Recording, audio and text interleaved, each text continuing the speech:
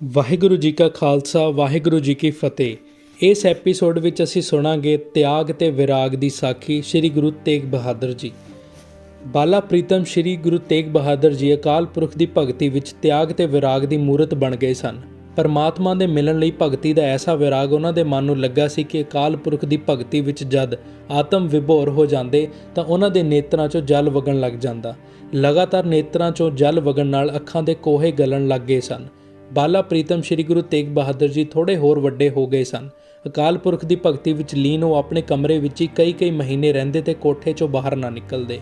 ਇਸ ਤਰ੍ਹਾਂ ਪਰਮਾਤਮਾ ਦੀ ਭਗਤੀ ਵਿੱਚ ਲੀਨ ਰਹਿੰਦੇ। ਭਗਤੀ ਕਰਦਿਆਂ ਬਾਲਕ ਤੇਗ ਬਹਾਦਰ ਜੀ ਇਹ ਪਰਮ ਤਿਆਗ ਤੇ ਵਿਰਾਗ ਦੀ ਅਵਸਥਾ ਸੀ। ਉਹਨਾਂ ਦੇ ਨਾਨਾ ਸ਼੍ਰੀ ਨਰੈਣ ਦਾਸ ਜੀ ਨੇ ਗੁਫਾਨੁਮਾ ਕੋਠਾ ਵੀ ਬਣਾਇਆ ਹੋਇਆ ਸੀ। ਬਾਲ ਤੇਗ ਬਹਾਦਰ ਜੀ ਕਈ ਵਾਰ ਉਸ ਕੋਠੇ ਵਿੱਚ ਚਲੇ ਜਾਂਦੇ ਤੇ ਕਈ ਦਿਨ ਬਾਹਰ ਨਹੀਂ ਨਿਕਲਦੇ ਸਨ। ਮਾਤਾ ਨਾਨਕੀ ਜੀ ਬਾਲ ਪ੍ਰੀਤਮ ਤੇਗ ਬਹਾਦਰ ਜੀ ਦੇ ਕਮਰੇ ਦੇ ਬਾਹਰ ਬੈਠੇ ਰਹਿੰਦੇ। ਉਹਨਾਂ ਦੇ ਛਕਣ ਲਈ ਸਵੇਰੇ ਦੁਪਹਿਰੇ ਤੇ ਸ਼ਾਮੀ ਭੋਜਨ ਤਿਆਰ ਕਰਕੇ ਲਿਆਉਂਦੇ। ਇਸ ਤਰ੍ਹਾਂ ਸਤਿਗੁਰਾਂ ਦੀ ਪਤਨੀ ਮਾਤਾ ਗੁਜਰ ਕੌਰ ਜੀ ਵੀ ਸਾਰਾ ਦਿਨ ਸੇਵਾ ਵਿੱਚ ਲੱਗੇ ਰਹਿੰਦੇ। ਬਾਲ ਸਤਿਗੁਰੂ ਤੇਗ ਬਹਾਦਰ ਜੀ ਦੇ ਨਾਨਾ ਜੀ ਸ਼੍ਰੀ ਨਰੈਣ ਦਾਸ ਜੀ ਉਹਨਾਂ ਦੇ ਅਕਾਲ ਪੁਰਖ ਦੀ ਭਗਤੀ ਦੀ ਲਗਨ ਤੋਂ ਬਹੁਤ ਖੁਸ਼ ਸਨ। ਇਸ ਲਈ ਉਹ ਵੀ ਬਾਲ ਸਤਿਗੁਰਾਂ ਜੀ ਦੀ ਸੇਵਾ ਵਿੱਚ ਰਾਤ ਦਿਨ ਜੁਟੇ ਰਹਿੰਦੇ। ਉਹਨਾਂ ਦੇ ਸਿਮਰਨ ਵਿੱਚ ਕੋਈ ਵਿਘਨ ਨਾ ਪਵੇ, ਇਸ ਲਈ ਉਹਨਾਂ ਦਾ ਬੜਾ ਧਿਆਨ ਰੱਖਦੇ ਸਨ। ਸਿੱਖੀ ਦੇ ਪ੍ਰਚਾਰ ਪ੍ਰਸਾਰ ਲਈ ਬਾਲਾ ਪ੍ਰੀਤਮ ਸਤਿਗੁਰੂ ਲਾਗਲੇ ਪਿੰਡਾਂ ਵਿੱਚ ਵੀ ਜਾਇਆ ਕਰਦੇ ਸਨ। ਉਹਨਾਂ ਦੇ ਨਾਨਾ ਜੀ ਵੀ ਉਹਨਾਂ ਨਾਲ ਜਾਂਦੇ ਸਨ। ਉਸ ਸਮੇਂ ਕੁਝ ਮਸੰਦ ਆਪਣੀ ਮਰਜ਼ੀ ਕਰਨ ਲੱਗ ਪਏ ਸਨ। ਦੂਜੇ ਸੋਢੀਆਂ ਨੇ ਉਹਨਾਂ ਨੂੰ ਲਾਲਚ ਦੇ ਕੇ ਆਪਣੇ ਵੱਲ ਕਰ ਲਿਆ ਸੀ। ਇਹਨਾਂ ਦਾ ਪਾਜ ਉਘੇੜਨ ਲਈ ਸਤਿਗੁਰ ਲਾਗਲੇ ਪਿੰਡਾਂ ਵਿੱਚ ਗੁਰਸਿੱਖੀ ਦਾ ਪ੍ਰਚਾਰ ਕਰਨ ਜਾਇਆ ਕਰਦੇ। ਬਾਲਾ ਪ੍ਰੀਤਮ ਤੇਗ ਬਹਾਦਰ ਜੀ ਨੇ ਉਸ ਬਕਾਲੇ ਦੇ ਇਲਾਕੇ ਵਿੱਚ ਬਹੁਤ ਸਾਰੀਆਂ ਸੰਗਤਾਂ ਨੂੰ ਗੁਰੂ ਘਰ ਨਾਲ ਜੋੜਿਆ। ਬਾਲ ਤੇਗ ਬਹਾਦਰ ਜੀ ਉਸ ਅਕਾਲ ਪੁਰਖ ਦੀ ਬੰਦਗੀ ਕਰਨਾ ਹੀ ਆਪਣੀ ਜ਼ਿੰਦਗੀ ਦਾ ਮੁੱਖ ਮੰਤਵ ਸਮਝਦੇ ਸਨ। ਇਸ ਲਈ ਉਹ ਕਿਸੇ ਨਾਲ ਬਚਨ ਵੀ ਘੱਟ ਹੀ ਕਰਨਾ ਪਸੰਦ ਕਰਦੇ ਸਨ।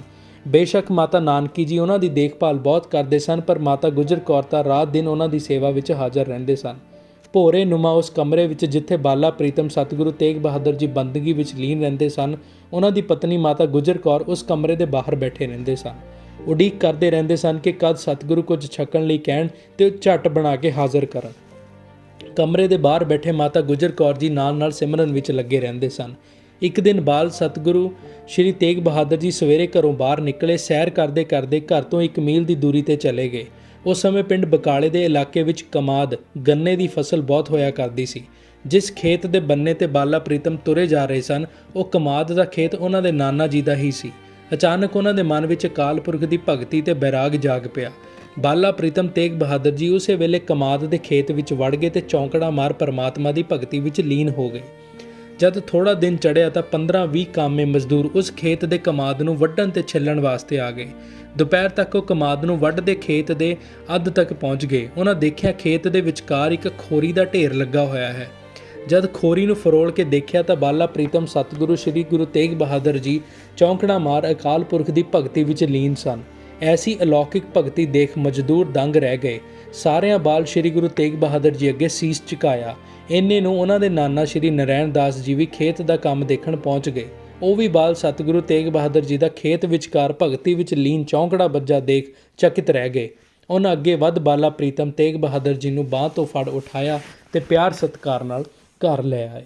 ਵਾਹਿਗੁਰੂ ਜੀ ਕਾ ਖਾਲਸਾ ਵਾਹਿਗੁਰੂ ਜੀ ਕੀ ਫਤਿਹ।